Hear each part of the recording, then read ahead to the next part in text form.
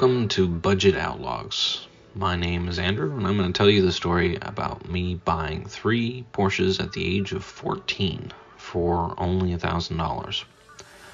I was introduced to the idea of saving at a very young age. Around first grade, there was a girl that I had a crush on, and I wanted to get a present for her. Somehow I found my way to a jewelry store and found a heart necklace that was for sale for about $10. Having no money to my name, I started checking couch cushions for money and asking around for favors. In no time I had $10, but when I went back to the store, I saw a much nicer necklace for $40. So back to saving I went, and realized that the $40 was much harder to get than the $10 now that all the couch cushions were empty. So I started thinking of business ideas to generate that income. I was fairly crafty and tried quite a number of things, but they all cost money for materials, and slowly the money that I had been saving was going out the door in materials. I decided instead to save the money and look for opportunities to find work that would generate some income. Slowly this work came, and I had the money, but the girl was gone. I, however, kept saving for the thought that there was something bigger than better that I could spend my money on. Through the years, I would spend a fair bit of money, but I kept saving most of my money and kept track of how much I had saved and how quickly it was growing. I was just about to get to putting my money in stocks. I had developed quite a skill for paper trading, but never put it to use, when my dad was getting into autocrossing quite heavily. I spent just about all of my time with my dad as an only child, and racing was growing to be something I enjoyed with him a lot. At 13, I started thinking about what kind of car I wanted to buy for my first car, and seeing the autocross course handling was very important. I also loved cars with power, and I spent a considerable amount of my free time playing video games such as the old Hot Rod and Need for Speed series. I came up with the idea that I loved the 67 to 68 Mustang, and I also loved the 914.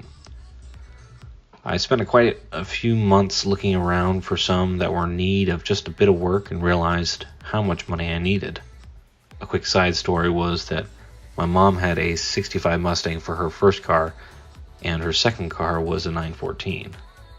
At this point I was quite a bit short on cash, but I was detailing cars for cash and helping my parents remodel a backyard, so money was starting to come in quickly. Come to the summer of me being 14, and I had enough money to make the plunge. I scoured the newspaper and a new thing called eBay Motors, and after looking at a few cars for a few months, I found a car on eBay that was about 15 miles away and looked like something I could possibly put back into working condition. I messaged the seller and went to look at the car with my dad. The car was a 73 1.7 liter 914 with a 2 liter engine swap. The orange paint was quite heavily oxidized and obviously had been repainted quite a few times, with some areas still in primer. The car ran rough with some Weber carburetors, and the clutch didn't work well. After some discussion with the seller, who was in an apartment building, he apparently had another car sitting in his allocated carport that was a basket case and a full storage shed worth of parts and a car that had been rolled. This is where the 2-liter motor had come from that was in the current car that I was interested in purchasing. Some shrewd negotiation from my dad, and we bought all 3 and all the parts for less than the going price on the eBay Motors auction. Total of $1,050. A couple days later, we come get the main car and start the short but memorable drive back. The clutch tube for the cable-activated clutch was loose in the center tunnel, so the clutch engagement was very spotty. The carbs ran very rough, and the engine had quite a bit of oil in the exhaust manifolds. The oil on the exhaust manifolds turned into smoke and went inside the cabin to fill us with the smoke, and the lack of clutch meant that every stop sign we met with a hope and a prayer, and the gear shifts were met with crunch and a grind. Somehow we made it back without a tow truck, and I was a very proud owner of not one, but 3 914s. That first day I spent no less than 5 hours polishing that turd up pretty good. I had a good treasure trove of parts and started to go through and swap out the okay ones with better parts. I put on some wrong offset 5-spoke wheels and spent hours polishing them, as good as my 14-year-old self could make them. A few months later, there was one of the only regional concours events, and while I couldn't drive the car there, I could certainly represent the car. Being the only 914 in the crowd, I got my first trophy for the car.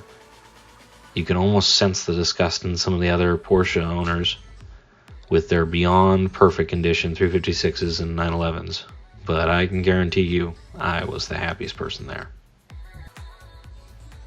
Now, we only had room for one more car in the backyard, so we took both the rolled car and the basket case to a friend's place in the country.